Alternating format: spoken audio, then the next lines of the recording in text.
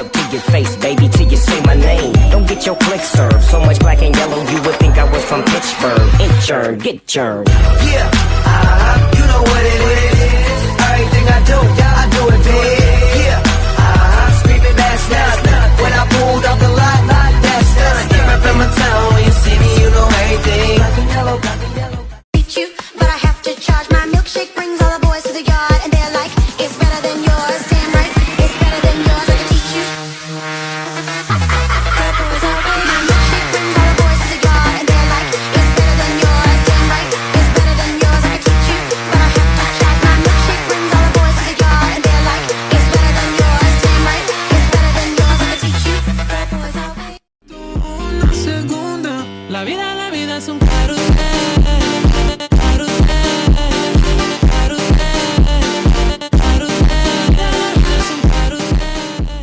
Magandang araw! Welcome to Stoichio Metridis. Today, we will cook the classic Filipino dish, sinigang na baboy. But, oops, with a chemistry twist. Here's the twist. We were gonna cook our dish using chemistry, specifically using the principle of stoichiometry. Stoichiometry is all about right proportions. Too much or too little for your ingredients. I'm sorry, but your sinigang or your chemical reaction won't come out right for you. Pero, hindi natin gagawin yan ng tayo lang. May mga kakasama tayong dalawang audience para husgahan kung masarap ang ating putahe. Magandang araw! Ako nga pala si James R. Badilla, Master Teacher 1 of Chemistry. Nagpapasalamat ako sa inyong pag-imbita at ipapakilala ko sa inyo ang aking kasama na si John Harold Manonag at TBO Teacher 1 at nandito kami ngayon upang husgahan ang mangyayaring lutuan ngayong araw. at huwag na natin patagalin. Tara, simulan na natin. At talaga namang tuluyan na natin silang nakilala, ano? Ano pa ba? At patatagalin pa ba natin to? So, let's balance some flavors and equations at the same time. Tara na! Hi everyone! Welcome to our cooking show. I am Chef Nicole. I'm Chef Shiny. I'm Chef Kay. And today, we're going to cook Sinigang! Let's go! I ain't even gon' get mad. I'm young, black and rich. She tryna sell me lies, bitch. I ain't buying shit. If we ain't talking money, then I'ma plead the fifth. I put ice in my mouth. Yeah, I'm hydrated. I ain't even gon' get mad. I'm young, black and rich. She tryna.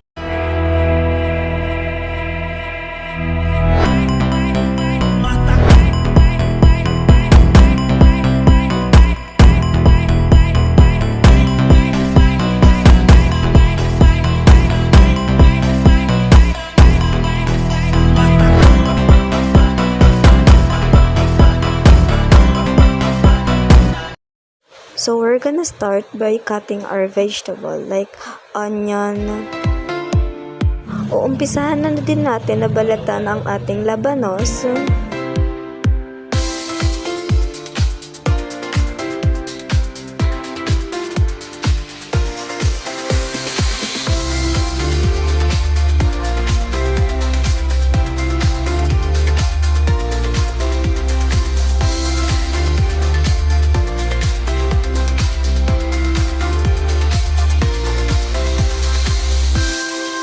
Sa prosesong ito ay pwede mo na ding pagputol-putulin ang kangkong.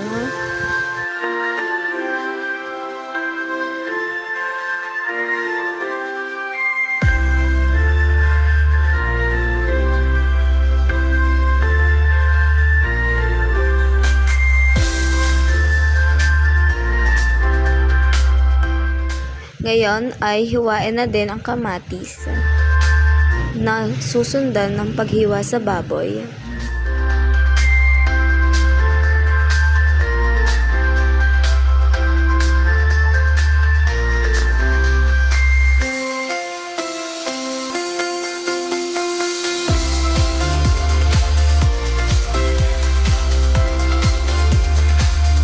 At higli sa lahat ay ang paghiwa ng labanos.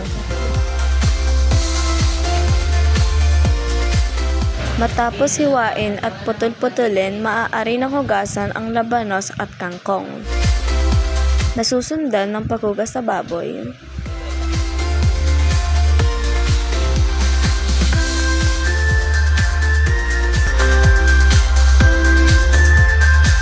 Ngayon nasama-sama ng ating ingredients, maaari na tayong mag-umpisa sa ating pagluluto. Let us now discuss each ingredients. Una ang baboy, kadalasang liempo o kasim. Sa chemistry, ito ang ating limiting reagent. Kapag wala na ito, walang magaganap na sinigang.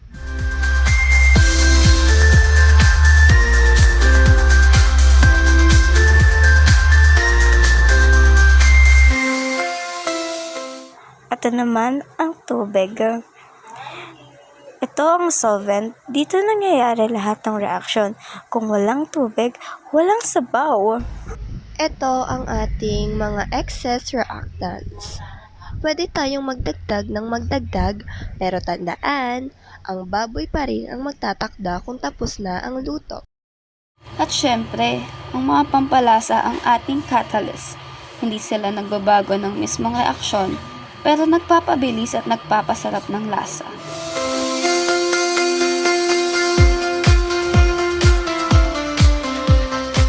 Parang chemical equation lang, di ba? Kailangan balanse ang mga sangkap. Ngayon ay tapos na nating hiwain ang mga sangkap, kaya sila ay mga handa na. Natapos na din natin itong hugasan at nalaman na din natin ang iba't ibang mga sangkap na ating gagamitin. Magtungo na tayo sa pagluluto. Buksan ang kawali. Paiinitin muna natin ang ating kasirola.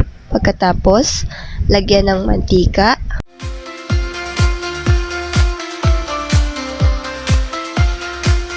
Pag uminit na ang mantika,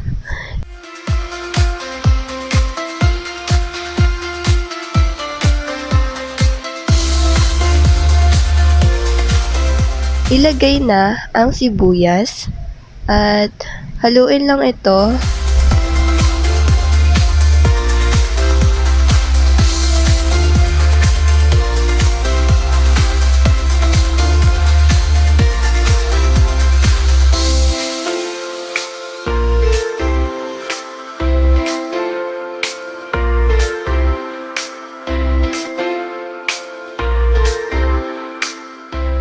Hanggang sa ilagay na natin ang kamatis at igisa natin ito parehas.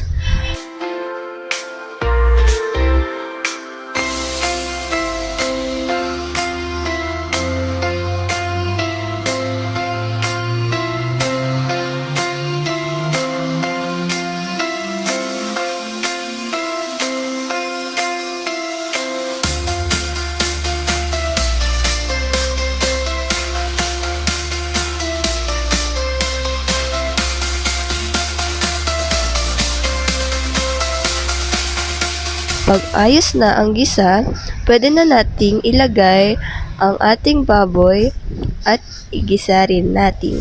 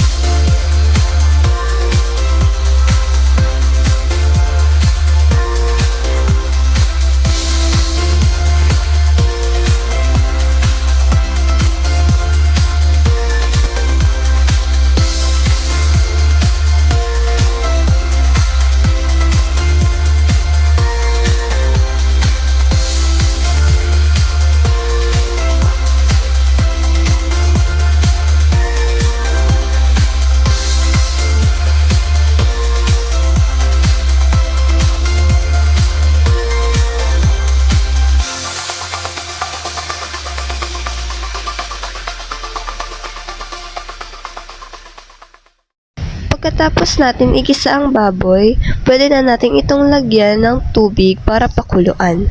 Ang init ay parang activation energy sa chemistry. Ito ang nagpapasimula ng reaction. Tama! Kapag mataas ang init, mas mabilis ang reaksyon. Pero kapag sobra, nagkakaroon ng side reactions, gaya ng ma-overcook na karne.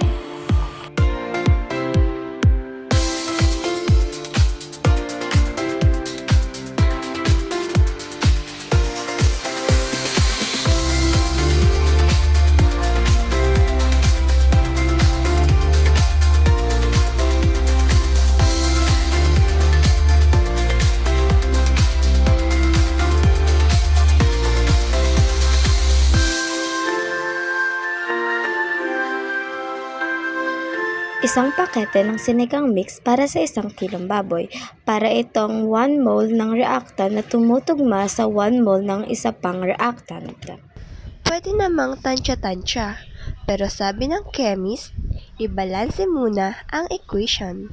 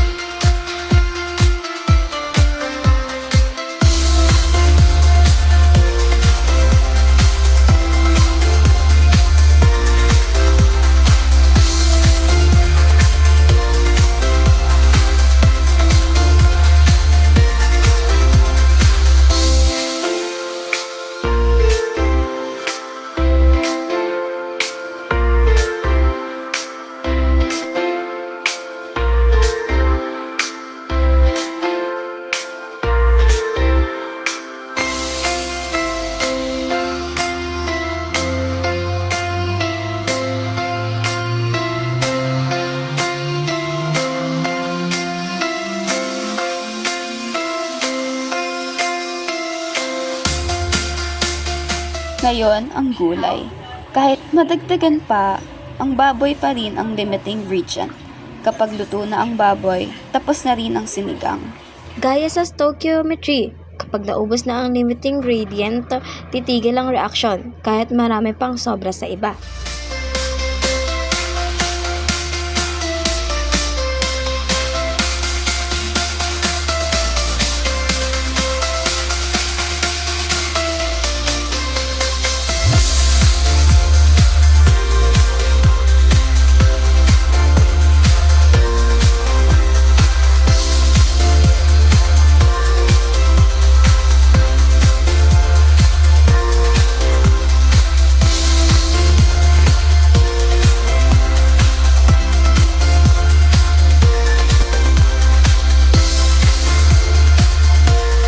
Ngayon, natapos na nating timplahan ang sinigang, ito na ang tamang oras upang tikman natin ang ating niluluto. Medyo matabang. Parang chemistry din. Kapag hindi akma ang produkto, nag-a-adjust tayo ng reactants hanggang makuha ang tamang balanse.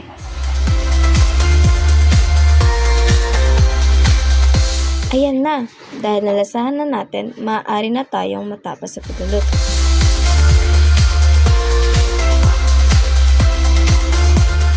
Patayin na natin ang kalan at ating i-plate na ang sinigang.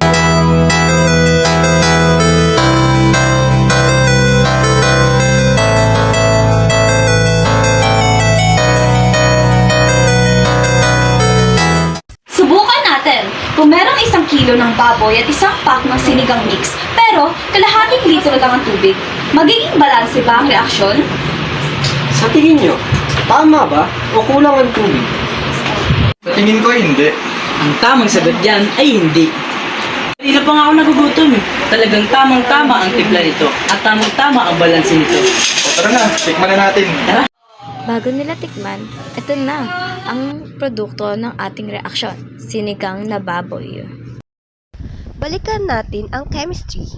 Tandaan na, ang baboy ang limiting reagent, ang tubig ang solvent, ang gulay ang excess reactants, ang pampalasa ay catalyst, ang init at oras ay factor sa reaction rate. Sa pagluluto at sa ating tinatawag na chemistry, mahalaga ang tamang sukat. Yan ang stoichiometry.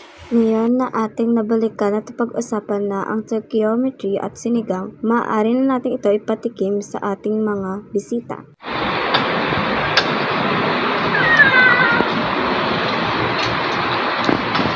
Ano naman ang masasabi niyo sa lasa? Ang sarap. Wala akong masabi. Ganito talaga pag ginagamitan ng saktong balanse. Ayan, nakatanggap tayo ng magagandang papuri mula sa ating nagagwapuhang mga audience.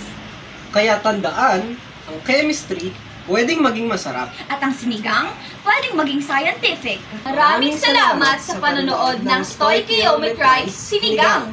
Hanggang sa susunod, matuto at mag-aral ng may balanse.